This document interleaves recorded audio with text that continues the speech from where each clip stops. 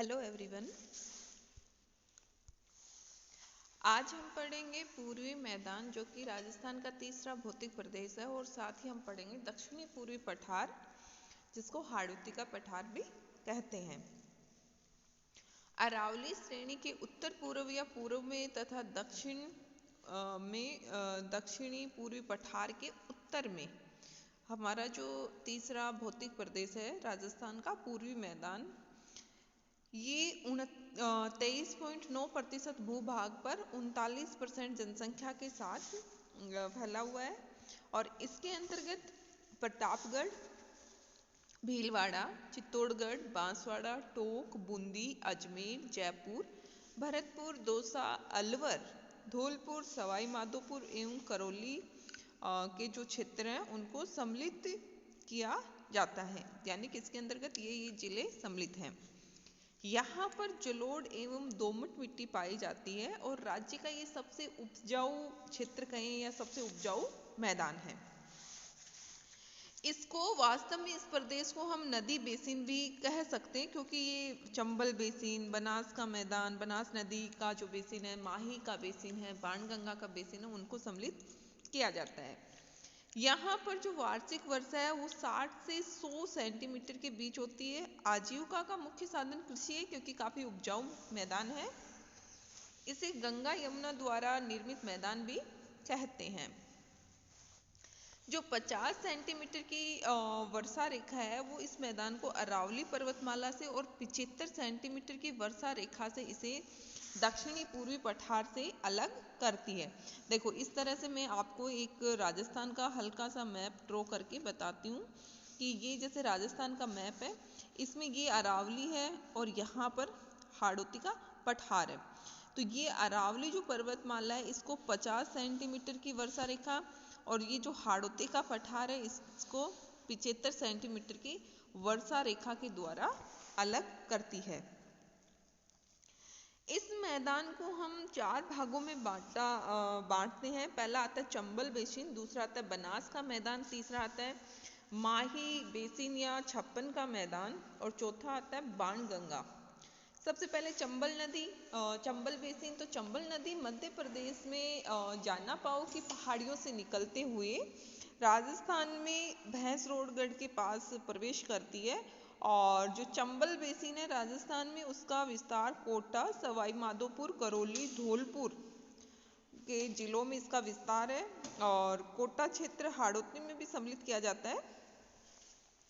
अतः चंबल के अंतर्गत उस क्षेत्र को सम्मिलित करते हैं जो भीड़ का क्षेत्र है, और इसके मध्य स्थित छोटी छोटी घाटियां एवं मैदानी क्षेत्र हैं। और यहाँ पर नवीन काप मिट्टी के जमाव पाए जाते हैं, और इस क्षेत्र में चंबल नदी द्वारा किए गए अवनलिका अपरदन से निर्मित विशाल खड्डों की बहुलता है, जिसे चंबल के भीड़ कहते हैं। और इस क्षेत्र में अब चंबल के द्वारा वो भीड़ बना दिए गए हैं, तो इसको उत्कात जो बैडलैंड टोपोग्राफी भी फैली हुई है इस क्षेत्र में। ये भीड़ टोंक, कोटा, सवाई माधोपुर, करौली, धौलपुर जिलों में लगभग 4500 किलोमीटर क्षेत्र पर विस्तृत है।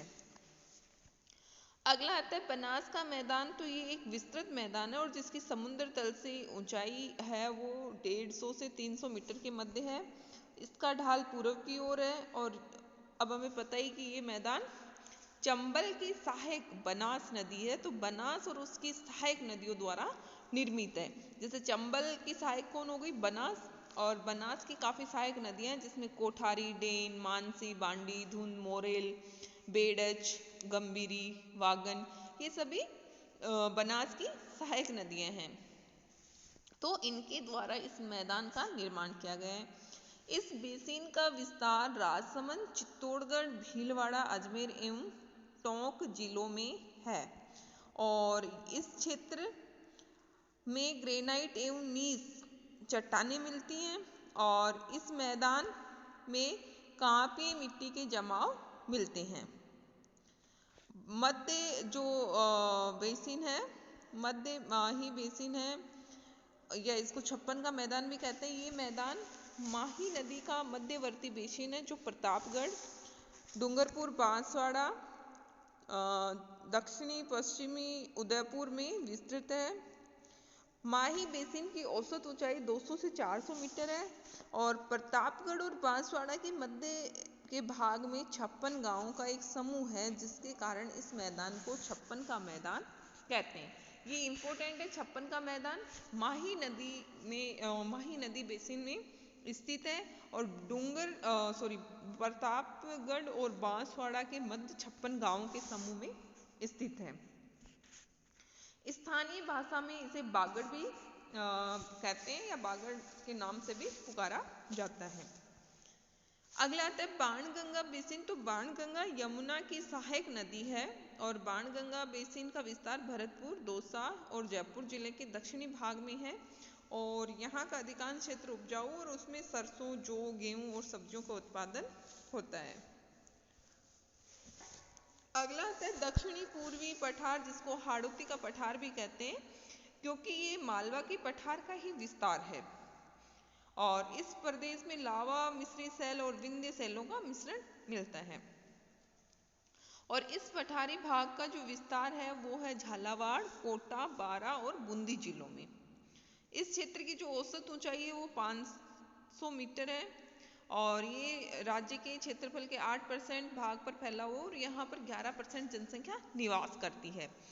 दक्षिणी पूर्वी पठार वस्तुतः मालवा के पठार का उत्तरी पश्चिमी भाग है और जो मध्य काली मिट्टी से बना है, जो कपास की खेती के लिए अच्छी होती है। और इस काली कपासी मिट्टी का निर्माण दरारी उद्भेदन से जनित बेसाल्ट लावा से हुआ। जब दरार के द्वारा लावा बाहर निकलता है तो उस लावा से इस पठार का निर्माण हुआ है। यहाँ पर चंबल और उसकी सहायक नदियाँ जैसे चंबल, पार्वती, कालीसिंध, परवन, आऊ आदि बहती हैं, जो कि राज्य में सर्वाधिक नदियों वाला प्रदेश है। कौन सा? हाड़ौती का पठार। हाड़ौती के पठार का जो विस्तार है वो मैंने पहले भी आपको बताया था। कोटा, बारा, बूंदी, झालावाड़, सवाई माधोपुर का दक्षिणी भाग, करौली का दक्षिणी भाग, धौलपुर का दक्षिण भाग एवं चित्तौड़गढ़ जिले के भैंसरोडगढ़ क्षेत्र में है। अब जो भैंसरोडगढ़ है चित्तौड़गढ़ में और बिजोलिया है भीलवाड़ा में, इन दोनों के बीच में ऊपर माल का पठार मिलता है। ये क्वेश्चंस भी काफी बार कंपटीशंस में आता है कि ऊपर माल का पठार कहाँ है।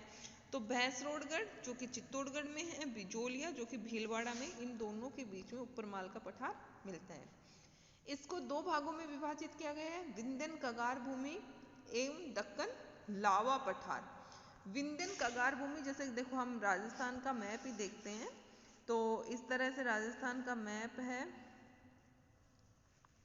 तो इसमें ये जो पार्ट है ये तो दक्कन का पठार, लावा पठार, और ये जो बिल्कुल विंध्यन कगार है जो कि धौलपुर, करौली, सवाई माधोपुर जिलों में बलुआ पत्थरों से निर्मित है और ये कगार चंबल के बाएं किनारे पर तीव्र ढाल से युक्त है।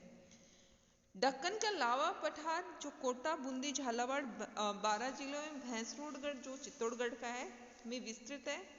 लावा द्वारा फैलाई गई मध्य काली मिट्टी के अवशेषों युक्त मिट्टी वाला ये उपजाऊ क्षेत्र माना जाता है। सर्वाधिक जो वर्षा है राज्य में किस जिले में होती है तो वो झालावाड़ में होती है। औसत 100 सेंटीमीटर वार्षिक वर्षा यहाँ होती है। यहाँ की जो प्रमुख फसलें हैं वो कपास, सोयाबीन, अफीम, धनिया और संतरा है। मुकुंदवाड़ा या मुकुंदरा की पहाड़ियाँ या बूंदी की पहाड़ियाँ ये इसी क्षेत्र में, कौन से में? दक्कन के पठार में, और ये पहाड़ियाँ अर्धचंद्राकार रूप में विस्तृत हैं। हाड़ौती का जो पठार है वो अरावली और विंध्याचल पर्वतमालाओं को जोड़ने वाली कड़ी है, या कहें कि इन दोनों के बीच में स्थित है हाड़ौती का पठार। लेकिन जो एच.एम. सक्सेना है उन्होंने अपनी बुक में 5 धरातलीय उप प्रदेश में विभाजित किया है। दक्षिणी पूर्वी जो पठार है उसको पहला है अर्धचंद्राकार पर्वत श्रेणियां, जिसमें बूंदी की पहाड़ियां और मुकुंदरा की पर्वत श्रेणियां आती हैं। बूंदी की जो पर्वत श्रेणी है वो दोहरी पर्वतमाला है और इसकी लंबाई 96 किलोमीटर है और ये उत्तर पूर्व से दक्षिण पूर्व तक फैली हुई है बूंदी की पहाड़ियां। इस श्रेणी में 4 दर्रे हैं और इस श्रेणी की औसत ऊंचाई 300 से 350 मीटर है और इसका सर्वोच्च शिखर सतूर जो कि 353 मीटर है, जो बूंदी नगर से 13 किलोमीटर पश्चिम में स्थित है। दूसरा आता है मुकुंदरा की पहाड़ियां जो कि उत्तर पश्चिम से दक्षिण पूर्व में लगभग 120 किलोमीटर की लंबाई में विस्तृत है और इसकी औसत ऊंचाई 335 से 503 मीटर है और चंदवाड़ी क्षेत्र में इसका सर्वोच्च शिखर 1517 मीटर ऊंचा है। अगला आता है नदी निर्मित मैदान, जिसमें चंबल और उसकी सहायक नदियां काली सिंध, पार्वती, मेज आदि के द्वारा निर्मित उपजाऊ मैदान है। इसे नदी निर्मित मैदान भी कहा जाता है। अगला है शाहाबाद का उच्च क्षेत्र, जो कि बारां जिले के पूर्वी भाग में मध्य प्रदेश से लगा हुआ क्षेत्र है। इसकी समुद्र तल से ऊंचाई 300 मीटर है और इस क्षेत्र में एक विशिष्ट भू आकृति रामगढ़ कस्बे के निकट है, जो कि घोड़े की नाल की आकृति हॉर्स शू टाइप पर्वत श्रेणी है। इसके मध्य में एक झील है। तो ये भी कंपटीशंस में क्वेश्चन पूछे जाते हैं कि अर्धचंद्राकार पहाड़ियाँ कौन सी पहाड़ियों को कहा जाता है, घोड़े के नाल की आकृति कौन से क्षेत्र में है। तो रामगढ़ कस्बे के निकट शाहाबाद का उच्च क्षेत्र में है ये। अगला आता है झालावाड़ का पठार, जो कि मालवा के पठार का ही उत्तरी भाग है और काली मिट्टी का विस्तार है यहाँ पर। और इसके दक्षिण पश्चिम में आता है डग गंगधार की उच्च भूमि और ये क्षेत्र सामान्यतः 450 मीटर ऊंचाई का है, जिसमें छोटी छोटी पहाड़ियाँ यत्र तत्र विस्तारित है या कहीं इधर उधर विस्तारित है।